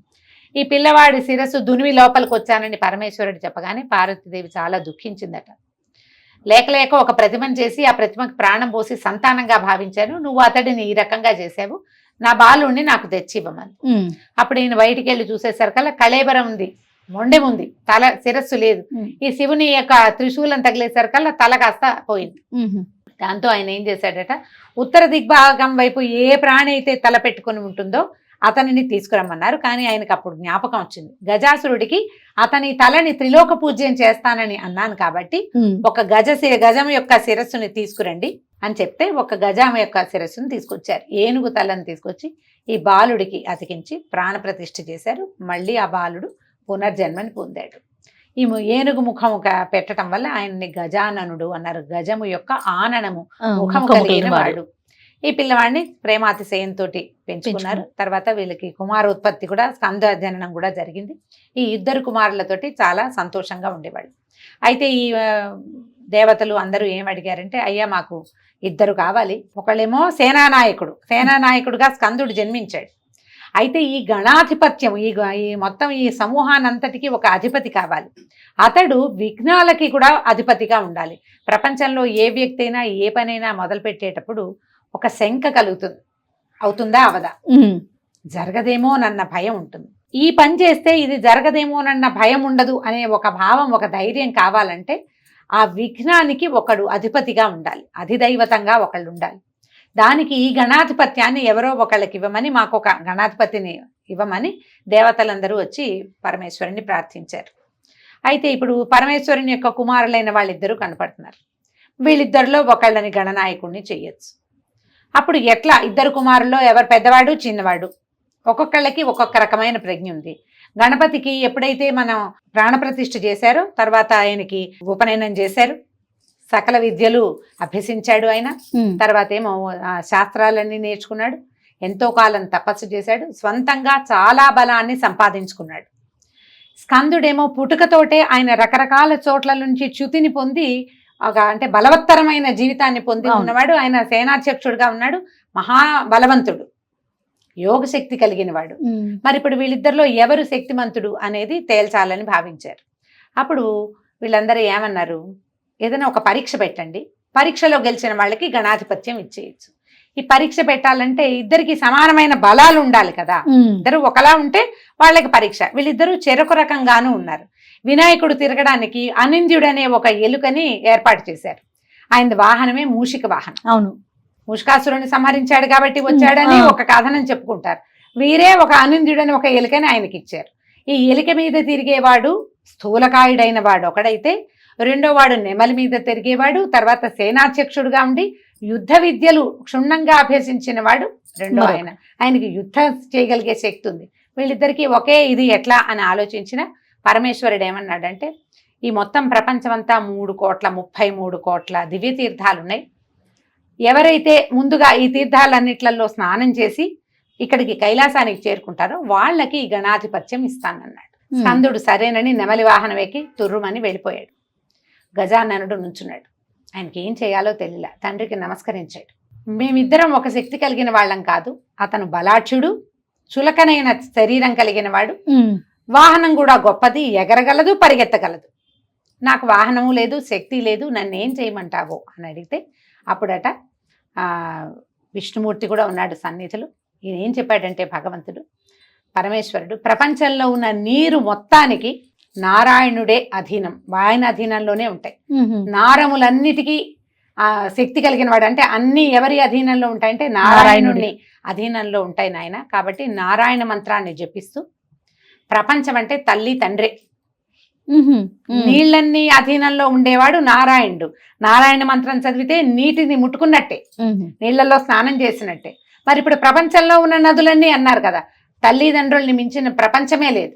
కాబట్టి ఈ తల్లిదండ్రులైన మా ఇద్దరి చుట్టూ తాను ప్రదక్షిణం గనక చేస్తే, నారాయణ మంత్రంతో అమ్మా నాన్నల ప్రదక్షిణం చేస్తే నువ్వు అన్ని నీళ్లలో నువ్వు స్నానం చేసినట్టు, సర్వతీర్థ స్నానము అవుతుంది, ప్రపంచమంతా తిరిగినట్టు కూడా అవుతుంది అని చెప్పారు. చెప్పగానే ఈయన నారాయణ మంత్రాన్ని సాంగంగా ఉపదేశం పొంది నారాయణ మంత్రంతో అమ్మా నాన్నల చుట్టూ తానే ప్రదక్షిణం చేయటం మొదలుపెట్టాడు. ఈయన ప్రదక్షిణం చేస్తుంటే స్కందుడు ఏ ఏ తీర్థాల్లోకి వెళ్ళాడో అక్కడి నుంచి తన అన్నయ్య స్నానం చేస్తూ వెనక్కి వస్తున్నట్టుగా కనపడుతున్నాడట ఆయనకి. ఆశ్చర్యపోయాడు స్కందుడు, ఎట్లా అన్నయ్య నాకంటే ముందు వెళ్ళిపోయాడు, ఆయన వాహనం పరిగెత్తలేదు, మందేమో ఎగురుతుంది పరిగెత్తుంది, ఇంత శక్తి కలిగింది. అయినా కూడా ప్రతి తీర్థంలోనూ తనకంటే ముందే అన్న స్నానం చేసి సోదరుడు తిరిగి వస్తున్నట్టుగా కనపడింది. ఆయన తిరిగి వచ్చే లోపల ఆయన 3 ప్రదక్షిణాలు చేసేసి నిలబడి ఉన్నాడు. స్కందుడు తిరిగి వచ్చి సన్నిధిలో నిలబడి, అమ్మా నాన్నల సన్నిధిలో నిలబడిన ఈ గణాధిపతిని మన వినాయకుడిని చూసి ఆయన ఆశ్చర్యపోయి, తండ్రి అన్నగారి మహిమ తెలియక, ఆయన గొప్పతనం తెలియక నేను తొందరపడి గణాధిపత్యాన్ని నాకు కూడా కావాలన్నాను, కానీ నాకు వద్దు, ఈ గణాధిపత్యాన్ని అన్నయ్యకే ఇచ్చేసేయమని ఆయన నమస్కారం చేసి తన ఓటమిని ఒప్పుకుని, అన్నల ఎదుట ఓటమిని ఒప్పుకోవాలి పెద్దవాళ్ల ముందు, ఆ మాట చూపిస్తారు మనకి కథలో. అప్పుడు గణాధిపతిగా ఈయన్నే వినాయకుడినే నియమించారు. అప్పుడు ఏమైందట, సర్వలోక వాసులు ఈయన్ని పూజించారు విశేషంగా గణపతిని. అప్పటిదాకా వినాయకుడు గజాననుడుగా ఉన్నవాడు వినాయకుడు అయ్యాడు, తర్వాత విఘ్నాధిపతి అయ్యాడు, ఈ గణాధిపతి కూడా అయ్యాడు. అందరి దగ్గరికి వెళ్ళాడు, అందరి ఇళ్లలోనూ పూజలు చేశారు, ఆయనకి బోల్డని రకాల సమర్పించారు. ఈయనకి మొదటి నుంచి ఆహార ప్రియుడుగా కనపడతాడు. గజ ముఖం అవటం వల్ల గజమే ఆహార ప్రియత్వము, అంటే ఎక్కువ ఆహారాన్ని తీసుకునే పద్ధతి కలిగింది కాబట్టి బొజ్జగన్నపై అంట ఆహారం తీవ్రంగా ఎక్కువ తీసుకునేవాడు. ఇన్ని రకాల పదార్థాలు అన్ని చోట్ల దేవతలు అందరి ఇళ్లకి వెళ్ళాడు, ఎవరేం పెడితే అవి ఆరగించాడు, కడుపు నిండా తిన్నాడు. తిన్నాక చీకటి పడ్డాక ఇంటికి వచ్చాడట. ఈ కైలాసానికి తిరిగి వస్తున్నాడు. ఈ వస్తుంటే ఏం చేశాడు, కొన్ని లడ్డూలు పట్టుకున్నాడు, కొన్ని ఎలుకకి ఇచ్చాడు, కొన్ని ఆల్రెడీ భుజించాడు. బాగా నిండుగా ఉండేసరికి ఆయాస పడుతున్నాడు. ఆయన ఏం చేశాడు, వచ్చి ఇవాళ నాకు గణాధిపత్యం లభించింది, వీరందరి సేవలు నేను పొందానని వాళ్ళ అమ్మకి నాన్నకి ఇద్దరికి నమస్కరిద్దాం అనుకున్నాడు. వంగితే ఈయనకి చేతులు అందితే కాళ్ళు లేచిపోతున్నాయి, కాళ్ళు నేల మీద ఉంటే చేతులు అందట్లా. ఈ నమస్కారం చేయటానికి అవస్థ పడుతున్నటువంటి గణపతిని చూసేసరికల్లా పరమేశ్వరుడి తలభాగంలో చంద్రవంక స్వరూపంలో చంద్రుడు ఉంటాడు. ఆయన పకపకగా నవ్వాడు. పుస్తకాల్లో వికటముగా నవ్వేను అని రాస్తారు. ఎక్కిరించాడనమాట, పరిహాసంగా నవ్వేసరికల్లా ఆ నవ్వుకి ఈ గణాధిపతి యొక్క బొజ్జ పగిలి ఆయన కాస్త మృతుడైపోయాడు, పడిపోయాడు కింద. ఆ పొజ్జలోంచి రకరకాల కొడువులు, ఉండ్రాళ్ళు, పొద్దునుంచి తిన్నటువంటి మోదకాలు, లడ్డూలు అన్ని నేలంతా దొరికినాయి. ఈ పార్వతీదేవి కష్టపడిపోయింది, చాలా కష్టంతో వచ్చింది ఆవిడకి. ఓరి దుర్మార్గుడా, నిన్ను చూడడం వల్లే కదా నా పిల్లవాడు ఇట్లా అయిపోయాడు, రాస దృష్టి తగిలితే రాళ్ళు కూడా ముక్కలవుతాయి, నీ దృష్టి తగిలి నాకు కుమారుడు ఇట్లా భూపతనం చెందాడు, నిన్నెవరు చూస్తే వాళ్ళకి నీలాప నిందలు కలుగ్గాక అని చంద్రుణ్ణి శపించి ఆవిడ దుఃఖంతో కుమారుడి దగ్గర కూర్చుంది. ఇంతలో దేవతలందరూ వచ్చారు, విష్ణుమూర్తి కూడా వచ్చి అతనిని మళ్ళీ జీవితుణ్ణి చేశారట. జీవితుణ్ణి చేశారు, అయిపోయింది కథ. ఇంతలో ఏమైంది, ఎప్పుడైతే ఈ చంద్రుణ్ణి ఇప్పుడు పార్వతీదేవి శపించిందో ఆ సమయంలో ఏమైంది, భూలోకంలో ఋషిపత్నులు సప్తర్షులందరూ ఏదో యజ్ఞం చేసుకుంటున్నారు. యజ్ఞకుండ ఉంది, కుండల్లో అగ్నిదేవుడు మంచి జ్వాలతోటి వెలుగుతున్నాడు. ఋషిపత్నులు ఋషులు కలిసి ఇలా ప్రదక్షిణ చేస్తున్నారు. చేస్తుండేసరికల్లా అగ్నిదేవుడు ఈ ఋషిపత్నుల సౌందర్యం చూసి చాలా సౌందర్యవతులుగా ఉన్నారని భావించాడు. అయితే అగ్ని భార్య అయినటువంటి స్వాహాదేవి ఏం చేసిందట, అరుంధతి తప్ప మిగిలిన ఋషిపత్నులందరి స్వరూపాలు ధరించి భర్తకి ప్రీతి చేసింది.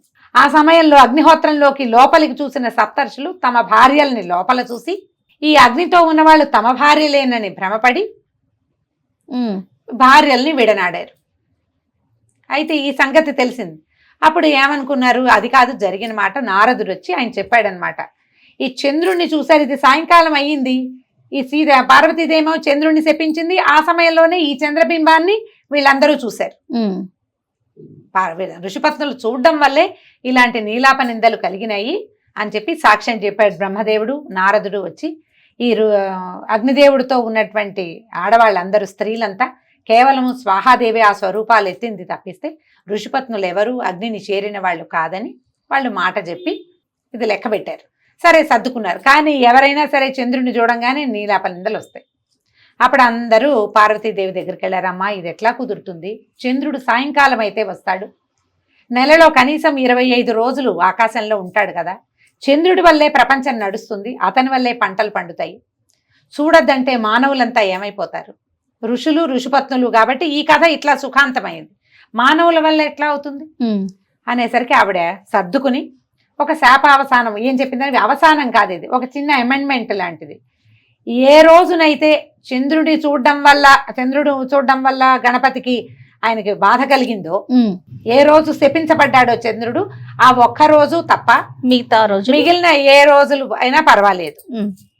తర్వాత ఆ రోజున గణపతిని పూజించకుండా గనక మీరు చంద్రుడిని చూస్తే ఇబ్బంది, నీలాప నిందలు కలుగుతాయని ఆవిడ ఆ ఒక రోజు చూడొద్దు అని చెప్పింది. చెప్పాక ఈ కథ నడిచిపోయింది. తర్వాత ఈయన గణాధిపతి అయ్యాడు. ఎప్పుడైనా సరే ఏం చేయబోతున్నా మొట్టమొదటి గణపతిని పూజించిన వాళ్ళకి అన్ని విఘ్నాలు పోయి వాళ్ళ పనులు అవటం, దేవతలందరూ సంతోషంగా ఉండేవాళ్ళు, రకరకాల యజ్ఞాలు హోమాలు జరిగేవి.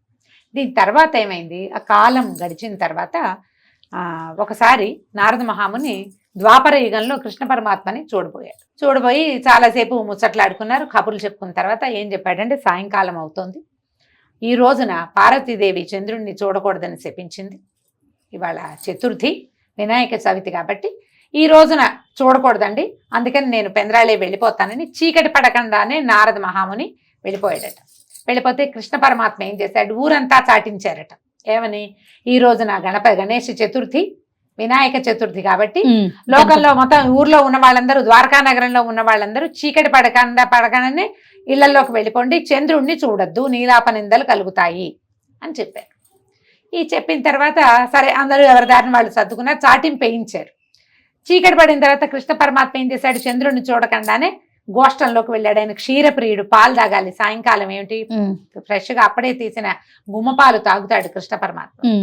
ఆయనే వెళ్ళి పాలు పితకడానికి ఆవు దగ్గరికి వెళ్ళాడు. పాలు పితికితే ఆ చెంబులో ఏ పాత్రలోకి అయితే పాలు తీస్తాడో అందులో చంద్రుని యొక్క ప్రతిబింబం కనపడింది. అది చూసనుకుని ఆహా, నాకు ఎట్టి నీలాపనిందలు కలుగుతాయో కదా, రేపొద్దున ఏదో ఇబ్బంది వస్తుంది మనకి అని అనుకుంటూనే ఆయన అప్పటికి వెళ్ళిపోయాడు. ఆ కాలంలో ఏం జరిగిందంటే, ఈ ద్వారకా నగరంలో సత్రాజిత్ అని ఒక ఆయన ఉండేవాడు. ఈ సత్రాజిత్ ఏంటంటే మహాసూర్య భక్తుడు. ఆయన సూర్యోపాసన చాలా సంవత్సరాలు చేసి సూర్యుడి నుంచి ఒక అద్భుతమైన మణిని వరంగా పొందాడు. శమంతక మణి దాని పేరు. రోజుకి 100 బారువుల బంగారం ఇస్తుందట. వాళ్ళ ఇంటి నిండా బంగారమే. అయితే ఏమైంది, ఎప్పుడైతే ఈయనకి ఈ మణి లభించి ఆయన చాలా సంపన్నుడయ్యాడో, శ్రీకృష్ణుల వారు ఈయనని అడిగారు సత్రాజిత్తును, ఇంత అద్భుతమైన మణి రాజు దగ్గర ఉండాలి, మన రాజుకి ఈ మణి ఇవ్వమని అడిగారు. అడిగితే ఈయనేమన్నాడు సత్రాజిత్తు, ఎవరైనా ఎంత సన్నిహితుడికైనా ఇంత బంగారం ఇచ్చే మణిని ఇస్తారా, నేను ఎన్నో సంవత్సరాలు సూర్యోపాసన చేసి సాధించాను కాబట్టి నేను ఇవ్వను అన్నాడు. కృష్ణుడు కూడా ఊరుకున్నాడు. దీని తర్వాత ఏం జరిగింది, ఒకనాడు ఆయన సత్రాజిత్తుకు ఒక తమ్ముడు ఉన్నాడు ప్రసేనుడని. అతను ఏం చేశాడట, దీనికి వెళ్తూ వేటాడడానికి వెళ్తూ ఆ మణి మీద సరదాతోటి మణి అడిగి మెళ్ళో వేసుకున్నాడు. తమ్ముడికైనా ఆయన ఇవ్వకుండా ఉండాల్సింది, తన సొంత తమ్ముడు కాబట్టి మణిని ధరించడమే కదా గొప్ప, ఆ మణిని ధరించడం ఇచ్చాడు. ప్రసేనుడు ఆ మణిని ధరించి మెళ్ళో ఆయన అడవిలోకి వేటాడడానికి వెళ్ళిపోయాడు. కానీ అతను తిరిగి రాల. శమంతకమణి ప్రసేనుడితోటి పోయింది. ఊరంతా గగోలు ఎత్తిపోయింది. అయితే ఈయన సత్రాజిత్ ఏమనుకున్నాడంటే, శ్రీకృష్ణుడు ఈ మణిని అడిగాడు, నేను ఇవ్వలేదు కాబట్టి మా తమ్ముడిని చంపి కృష్ణుడే ఈ మణిని అపహరించి ఉండవచ్చు అని ఒక వాక్యం ఆయన అన్నాడో, చుట్టుపక్కల వాళ్ళు అంటే అయ్యుండొచ్చు అని కూడా అనుండొచ్చు. పుకార్లు ఇలాగే పుడతాయి. ఈ పుకారు బయటకు వచ్చేసింది. కృష్ణ పరమాత్మకు అంత అవసరం ఏముంది, ఆయన లక్ష్మీభర్తి కదా. కానీ ఈ మాట వచ్చింది ఎప్పుడైతే, ఇది దొంగతనము ఒకటి, రెండోది హత్య. అడిగింది ఇవ్వలేదు కాబట్టి నయానో భయానో అయినా సరే తీసుకుంటానన్న మొండితనం, అదే కదా జరిగింది. దాంతో ఈ మాట రాగానే ఊరంతా చుట్టుముట్టి అంతఃపురంలో కూడా వచ్చింది, శ్రీకృష్ణుడు అంతఃపురంలోకి. ఈయనే ఈ మణిని ఏదో మాయ చేశాడు అని. కృష్ణుడు ఏమనుకున్నాడంటే, ఆహా, ఆ రోజున వినాయక చతుర్థి నాడు ఈ ఆవు పాలల్లో చంద్రవంక చూసిన ఫలితం కదా ఇది, నీలాపనింద వచ్చింది, ఈ నీలాపనిందని పోగొట్టుకోవాలి ఎలాగైనా అని చెప్పి కొంత పరివారాన్ని తీసుకుని ప్రసేనుణ్ణి వెతకడానికి వెళ్ళాడు. ప్రసేనుణ్ణి వెతుకుతుంటే అడవిలో ముందుకు వెళ్ళగా ఒక చోట ఆయనకి ప్రసేనుడి కళేబరం కనపడింది. కానీ ఆయన మెడలో మణి లేదు. ఈ ప్రసేనుడి కళేబరానికి చుట్టుపక్కల అక్కడక్కడ సింహం తాలూకు అడుగు చొప్ప జాడలు కనపడుతున్నాయి. ఒకవేళ ఆ మణి ఎర్రగా ఉంటుంది. ఏ సింహమైనా ఈ ప్రసేనుణ్ణి చంపి అతను వేటాడిపోతే చంపేసి ఉంటుంది, ఆ మెడలో ఉన్న మణిని మాంసఖండంగా భావించి తీసుకుపోయిందేమో అనిపించింది. అయితే తర్వాత ఏమైంది, ఇంకా ముందుకు వెళ్ళి వెతగ్గా సింహం యొక్క కళేబరం కనపడింది, కానీ మణి లేదు. సింహం కళేబరానికి చుట్టుపక్కల ఎలుగుబంటి అడుగు జాడలు కనపడుతుంది. సరే, ఆ ఎలుగుబంటి అడుగు జాడల్ని పట్టుకుని ముందుకు వెళ్ళారు. వెళ్తే అది ఒక గుహలోకి వెళ్ళినాయట అడుగు జాడలు. ఈ పరివారాన్ని అంతటినీ బయట నుంచోబెట్టి కృష్ణుడు అన్నాడు, నేనే లోపలికి వెళ్ళి చూస్తానని కృష్ణ పరమాత్మే లోపలికి వెళ్ళారు. ఈ గుహలోకి వెళ్ళేసరికి లోపలికి వెళ్తే ఒక ఉయ్యాలలో ఒక పిల్ల, ఒక పాప, మరి చంటి పిల్ల కాదు, కొంచెం పెద్దదే, ఉయ్యాల్లో ఉంది. ఆ ఉయ్యాల పైన ఈ మణి కట్టబడి కనపడింది ఆయనకి. ఒక 6-7 సంవత్సరాల బాలిక, తర్వాత ఏమో ఒక మణి. ఈయన దగ్గరికి వెళ్ళి ఆ మణిని ముట్టుకునేసరికి లోపల నుంచి ఎవరో ఇంకొక దాది, ఈ పిల్లని పెంచే మనిషి నుంచి వచ్చి వింత మనిషి వచ్చాడని కేకలు పెట్టిందట. ఈయన వేరే రకంగా ఉంటాడు, భల్లూకాలు ఒకలా ఉంటాయి, మానవుడు కదా, ఈయన మానవ స్వరూపంలో ఉన్నాడు కృష్ణ పరమాత్మ. కేకలు పెట్టేసరికి లోపల నుంచి ఒక పెద్ద భల్లూకం బయటకు వచ్చింది. ఈయన ఎవరు, ఈ ముందు యుగంలోని త్రేతాయుగం నాటి జాంబవంతుడు. ఆయన వచ్చి అరుస్తూ కేకలు పెడుతూ ఈ కృష్ణుడి మీద పడ్డాడు. కృష్ణుడు జాంబవంతుడు ఇద్దరు కలిసి ఎన్నో రోజుల పాటు యుద్ధం జరిగింది. 21 రోజుల పాటు యుద్ధం చేశారట. 21 రోజులు కృష్ణుడు బయటికి రాల. గుహ బయట ఆయన పరివారం అంతా నిలబడే ఉన్నారు. వస్తాడు స్వామి ఎప్పుడో ఒకప్పటికని, పరివారం అంతా విడిసి ఉన్నారు. రోజుల తరబడి యుద్ధం జరిగిన తర్వాత 21వ రోజుకి జాంబవంతుడి ఓపికంతా అయిపోయింది, నీరసపడిపోయాడు. ఆ నీరసపడిపోయి ఇక నా ప్రాణం పోతోంది అనుకున్నప్పుడు ఆయనకి జ్ఞానోదయం అయింది. ఈ కనపడుతున్న తనతో యుద్ధం చేస్తున్న వ్యక్తి సాక్షాత్తు శ్రీమన్నారాయణుడు, శ్రీరాముడు. ఈ కనపడుతున్న స్వరూపం ఈయన స్వరూపం కాదు, ఈయన లోపల ఇంకో స్వరూపం ఉందని తెలుసుకున్నాడు. ఎప్పుడైతే ఆయనకి తెలిసిందో ఈ కృష్ణ స్వరూపంలో కనపడుతున్న వ్యక్తి ఆయనకి శ్రీరాముడిలాగా కోదండం పట్టుకుని దర్శనమిచ్చాడు. వెంటనే ఈయన పాదాలు పట్టుకున్నాడు, అయ్యా నన్ను క్షమించు తండ్రి. రామరావణ యుద్ధం జరుగుతున్న రోజుల్లో యుద్ధం అయిన తర్వాత అందరికీ తలా ఒక వరము ఇచ్చాడు రాముల వారు. అప్పుడు జాంబవంతుడు ఏం కోరుకున్నాడట, నీతో ద్వంద్వ యుద్ధం కావాలి తండ్రి అని అడిగాడట. అంటే జాంబవంతుడు మహాబలవంతుడు అని చెప్పబడతాడు. ఆనాటికే ఆయన వృద్ధుడు. ఈ కుర్రాళ్ళంతా ఆయన్ని తాత అని పిలిచేవారు, అంగదుడు వాళ్ళు, పెద్దవాడు. అంత పెద్దవాడు అయ్యుండి ఈ భగవంతుని స్వరూపమైనటువంటి రాముల వారితోటి ద్వంద్వ యుద్ధం కోరుకున్నాడు. నేను అజ్ఞానంతో, అంటే తెలివి తక్కువతనంతో ద్వంద్వ యుద్ధాన్ని కోరుకున్నాను. యుగాంతరంలో నీ కోరిక తీరుతుందని సెలవిచ్చావు తండ్రి. ఆ రోజు ఆ కోరికని ఇవాళ తీర్చావు. నీతో ద్వంద్వ యుద్ధం చేసే అవకాశాన్ని నాకు ఈ రకంగా ఇచ్చావు. నా శక్తి అయిపోయింది తండ్రి, నేను ఓడిపోయాను, నువ్వే ఎప్పటికీ గెలుపొందేవాడివి అని దండం పెడితే కృష్ణుడు ఆయన కౌగిలించుకున్నాడట. ఆ ఒళ్ళంతా నిమిరితే తగిలిన గాయాలు దెబ్బలు అన్నీ మాయమైపోయి అన్నీ స్వస్థత చెందాడు జాంబవంతుడు. ఆయన పరమ సంతోషంతో ఏం చేశాడు, తన కూతురైన జాంబవతిని ఈ శమంతకమణిని కూడా కృష్ణుడికి ఇచ్చి సమర్పించాడు. ఆయన ఈ అమ్మాయితోటి మణితోటి బయటకు వచ్చాడు. బయటకు వచ్చిన తర్వాత ఆయన పరివారం అంతా ఉంది కదా, వాళ్ళందరూ చాలా సంతోషించి స్వామిని ఊరేగింపుగా ద్వారకా నగరానికి తీసుకుపోయారు. ఈయన ఏం చేశాడంటే సత్రాజిత్తుని పిలిచి, మీ మణికి జరిగింది ఇది, నీ తమ్ముడు మణి వేసుకుని వెళ్ళాడు, అతన్ని ఒక సింహం సంహరించింది, ఆ సింహాన్నేమో జాంబవంతుడు సంహరించాడు, జాంబవంతుడిని ఒప్పించి అతని దగ్గర నుంచి మణిని తెచ్చాను, నీ మణిని నువ్వు తీసుకోమని సత్రాజిత్తుకి అప్పచెప్పాడు. సత్రాజిత్తు చాలా సిగ్గుపడ్డాడు, పొరపాటు చేశాను, ఇంత మాట అనకూడదు, ఒకవేళ పుకారు పుట్టినా నేను దాన్ని అణిచి ఉంచవలసిందని తన తప్పిదానికి ప్రాయశ్చిత్తంగా తన కుమార్తె అయినటువంటి సత్యభామను ఈ మణిని కూడా మళ్ళీ కృష్ణ పరమాత్మకే అప్పచెప్పారు. వివాహాలు అవి అయిన తర్వాత నారదుడు అందరూ వచ్చారు. ఈయనతో చాలా కబుర్లు చెప్పుకున్నాక ఆయన అడిగారనమాట, నువ్వు సమర్థుడివి కాబట్టి నీ మీద ఒక నీలాపనింద వస్తే నువ్వు బాపుకోగలిగావు, నీకు శక్తి ఉంది, అడవికి వెళ్ళావు, ఇన్ని చూసావు, యుద్ధం చేసావు, పిల్లను మణిని తెచ్చుకున్నావు, మామూలు వాళ్ళ వల్ల ఎలా అవుతుంది, మేమేం చెయ్యాలి? ఇప్పుడు పార్వతీదేవి శాపం ఇచ్చింది, ఎప్పుడు చూసినా చంద్రుని చూస్తే నీలాపనిందలు, అవును, అది సడలించి ఆమె ఒక్కరోజుకి పరిమితం చేసింది. ఆ ఒక్కరోజైనా చంద్రుని చూడకుండా ఉండగలమా? దీనికి ఇంకొక అవసానం చెప్పమంటే కృష్ణ పరమాత్మ ఏం చెప్పాడంటే, భాద్రపద శుద్ధ చవితి నాడు ఏ రోజైతే గణపతికి గణాధిపత్యం వచ్చిందో, ఏ రోజైతే చంద్రుడు శపించబడ్డాడో ఆ రోజున యథావిధిగా గణపతిని పూజించి ఈ శమంతకోపాఖ్యానాన్ని ఎవరైతే వింటారో చెప్తారో వాళ్ళకి నీలాపనిందలు కలగవు. కాబట్టి ఎప్పుడు గణపతి పూజ చేసినా గణపతి ఉత్పత్తి, ఆయన గణాధిపత్యం ఎలా వచ్చిందో దాంతోపాటు ఈ శమంతకోపాఖ్యానాన్ని కూడా తప్పకుండా వినాలని శ్రీకృష్ణ పరమాత్మ ఆనతితోటి అప్పటి నుంచి భారతదేశంలో ఈ శమంతకోపాఖ్యానం కథను కూడా చెప్పుకుంటున్నాం. ఏతత్ సర్వం గణాధిప నమస్తుతే. అయ్యా నీకే సమర్పించుకుంటాను తండ్రి. అక్షతలు కొన్ని స్వామివారి మీద వేసి కొన్ని అక్షింతల్ని మీ మీద వేసుకోండి. ఒకవేళ పిల్లలు వాళ్ళు చిన్నపిల్లలు కథలు వినలేని వాళ్ళు ఉంటే వాళ్ళందరి శిరస్సుల మీద వేయండి. పూజ అయిపోయింది కదా, మనం ముందు పూజ చేసేసుకున్నాం, తర్వాత కథ కూడా చెప్పుకున్నాం. మళ్ళీ ఒక్కసారి హారతి ఇచ్చేసి